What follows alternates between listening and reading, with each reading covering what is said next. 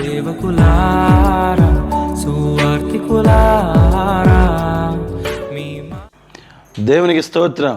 మీ అందరికీ వందనాలు. Praise the lord. బాగున్నారా? దేవుని మహాకృపను బట్టి ప్రతి ఉదయకాలము ఈ యొక్క అనుదినము దేవుని వాక్యంతో మీతో పాటు నేను, నాతో పాటు మీరు రక్షణ మార్గంలోకి వెళ్తున్నందుకు చాలా ఆనందంగా ఉంది. ఈ యొక్క గొప్ప ధన్యత దేవుడు మనకిచ్చినందుకు మనం దేవునికి కృతజ్ఞతాస్తుతులు చెల్లిద్దాం. హల్లెలూయా. సంతోషం. ఇంత గొప్ప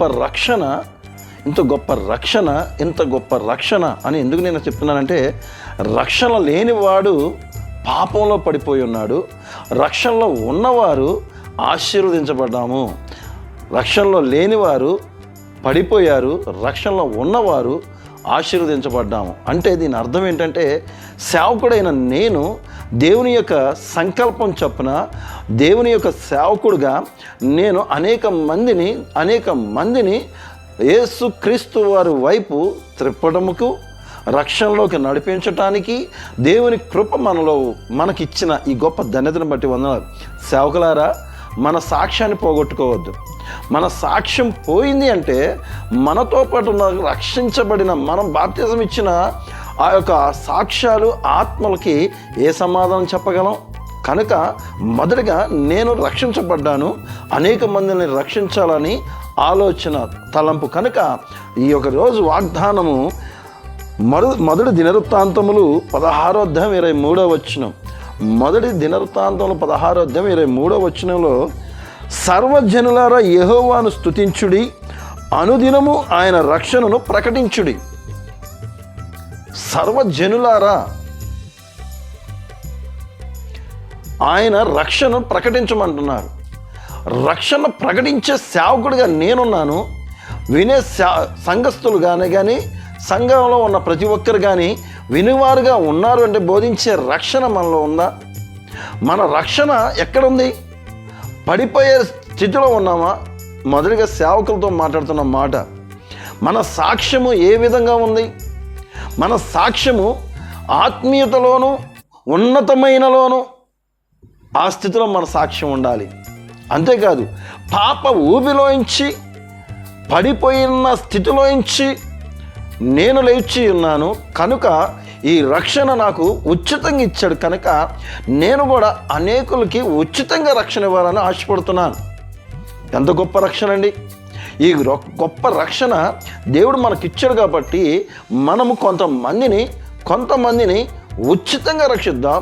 మన సాక్ష్యం ద్వారా రక్షిద్దాం. మన సాక్ష్యము, మన ఉచితమైన రక్షణ మరికొంతమందికి చేద్దాం.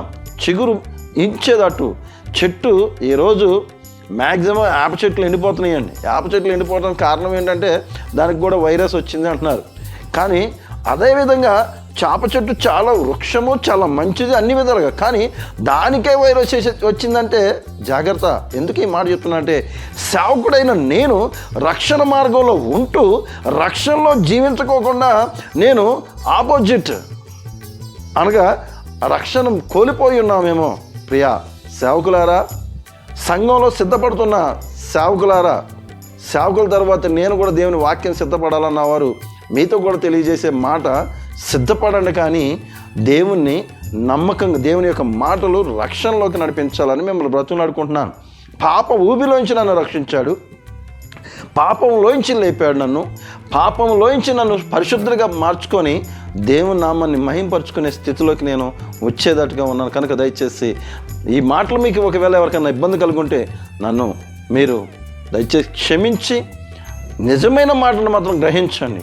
సేవకుడైన నేను రక్షణ మార్గంలో కనపడాలి, కానీ నేను అన్యజనుల వలె కాకుండా, దేవునికి విరోధంగా ఉండకోకుండా, రక్షించబడిన రక్షణ కోల్పోయే స్థితిలో ఉండకోకుండా ఉండాలని మిమ్మల్ని కోరుకుంటూ ఈ చిన్న వాగ్దానం దేవుడు దీవించి ఆశీర్వదించును గాక.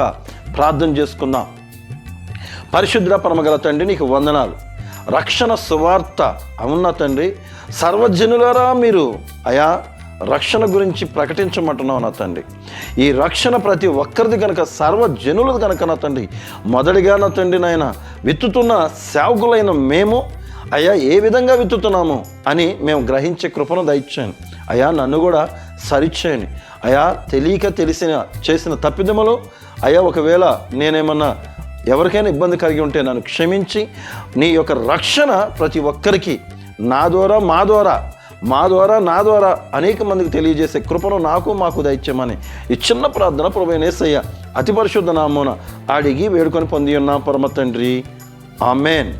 Praise the lord.